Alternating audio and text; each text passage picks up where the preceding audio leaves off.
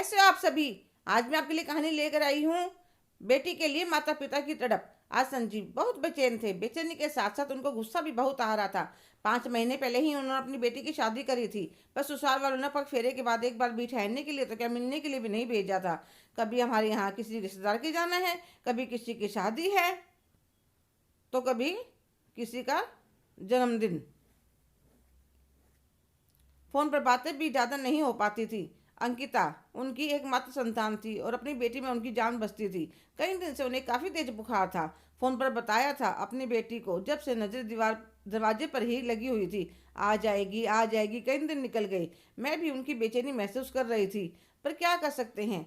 बेटी की शादी के बाद मायके वालों का उस पर हक ही कहाँ रहता है।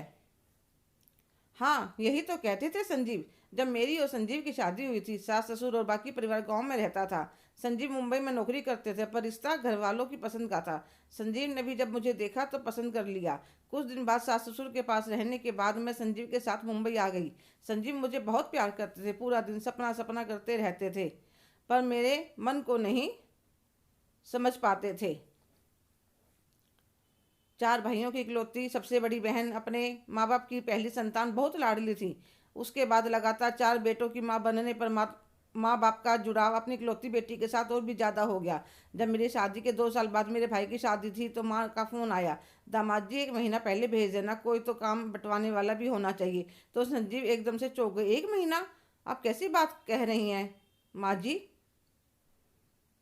अब आपकी बेटी का अपना परिवार है, उसकी जिम्मेदारी है। शादी वाले दिन मैं अपने साथ लेकर आ जाऊंगा। मैंने 1-2 बार समझाने की कोशिश की, पर नहीं माने। 1-2 दिन रूठी भी रही, रूठ कर अपने आप मान गई। पर संजीव टस से मस नहीं हुए। शादी वाले दिन ही लेकर गए और शादी के बाद अपने साथ ही ले आए। पहले फ़ोन की भी इतनी ज़्यादा सुविधा नहीं थी कि कितनी भी बात कर लो। फिर मैंने प्यारी सी बिटिया को जन्म दिया, नाम रखा अंकिता। मम्मी पापा अपने नातिन को देखने आए। भैया भाभी चूचक लेकर आए। इन्होंने खूब सत्कार किया। बस इन्हें मेरे मायके जाना पसंद नहीं था।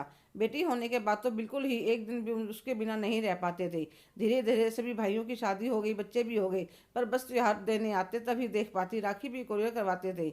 एक बार मैंने बहुत जिद करी कि मैं तो राखी बांधने घर जाऊंगी, कोरियर बिल्कुल नहीं करूंगी, पर पता नहीं कैसे भगवान की कृपा से संजीव मान गए और यह तय हुआ, पहले दिन जाएंगे, अगले दिन सुबह राखी बांधकर फिर शाम को वापस चल पड़ेंगे। पर पता नहीं किस्मत का खेल, उनके ऑफिस में कोई ज़रूरी काम आ गया और संजीव को उसी दिन वापस आना पड़ा। मेरी माँ ने कहा भी कि कोई बात नहीं, आप चले जाइए, राखी करने के बाद इसका भाई छोड़ आएगा। पर यह नहीं मानने, नहीं, मैं अंकिता को के बिना नहीं रह सकता। बहुत अच्छे पति, खूब प्यार करने वाले अच्छे पिता के सारे गुण थे। कमी थी तो दूसरे की भावनाओं को समझने की।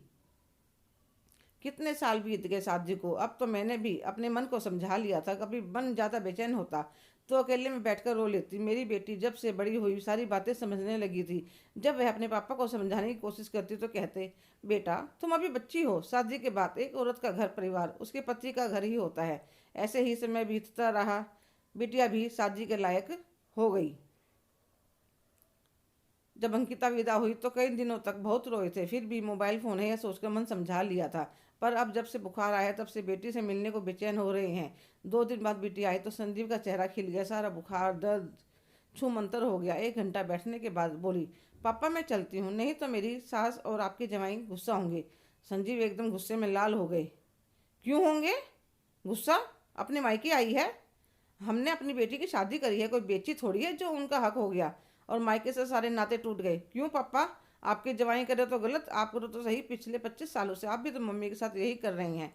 क्या नाना नानी नहीं तड़पे होंगे, रोए होंगे अपनी बेटी के लिए? भरा पूरा परिवार होने के बाद भी आपने मम्मी को कभी मायके का सुख नहीं भोगने दिया।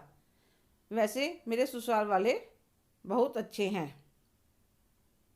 आपके जवाई ने तो उसी दिन कह दिया था कि 2-4 दिन पापा के पास रुकाओ, पर मैं जानबूझकर नहीं आई थी। मैं आपको नाना नानी की वेदना का एहसास करवाना चाहती थी।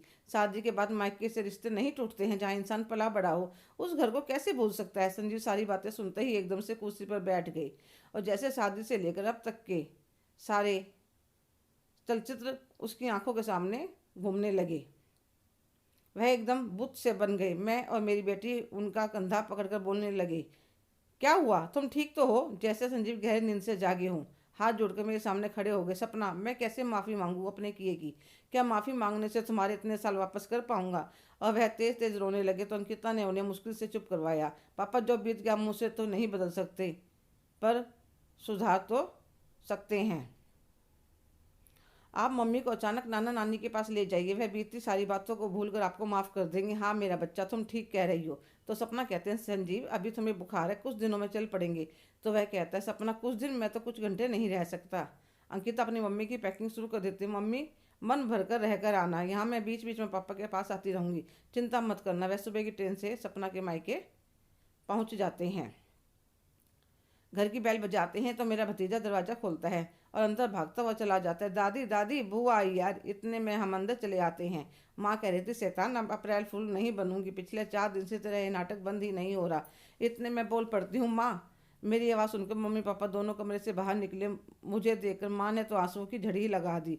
सपना, तुम, फिर संजीव भी दोनों के स्पर्श करते हैं तो पापा मम्मी हम दोनों को कमरे में ले गई। भाभियाँ चाय नाश्ता बनाकर लाई। फिर संजीव हाथ जोड़कर सपना के मम्मी पापा से अब तक के व्यवहार के लिए माफ़ी मांगता और कहने लगे, अब जब तक आपका दिल कर अपनी बेटी को अपने पास रखिए, जब आपका फ़ोन आएगा तभी लेने आऊँगा। और खाना खाकर वापस आ गए। एक ही मकान में चारों भाई अपनी फैमिली के साथ अलग अलग फ्लोर पर रहते थे। सभी ने डिसाइड किया कि इतने दीदी हैं, सब इकट्ठे रहेंगे और खाना नाश्ता एक ही जगह बनेगा। मुझे तो ऐसा लगा जैसे मैं सपनों की नगरी में आ गई। बिस्तर पर बैठे बैठे गर्मा गर्म नाश्ता खाना, बच्चे भी बुआ बुआ करके चिपके रहे।